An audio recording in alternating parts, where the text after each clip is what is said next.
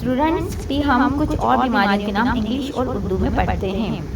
Piles बवासीर, mums कनपेड़े,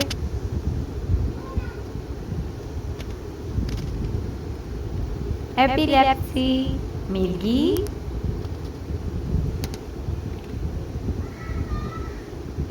laxative मलीन या जुलाब। अभी जो वर्ड है वो है दमा और उसकी इंग्लिश में हम अस्थमा नहीं पढ़ेंगे, उसके लिए प्रोनाउंसिएशन में एज़मा यूज होगा। एब्सेस फोड़ा, बाल्ड गंजा,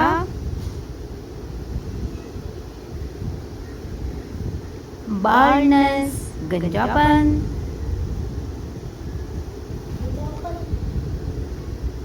बेल्च डकार।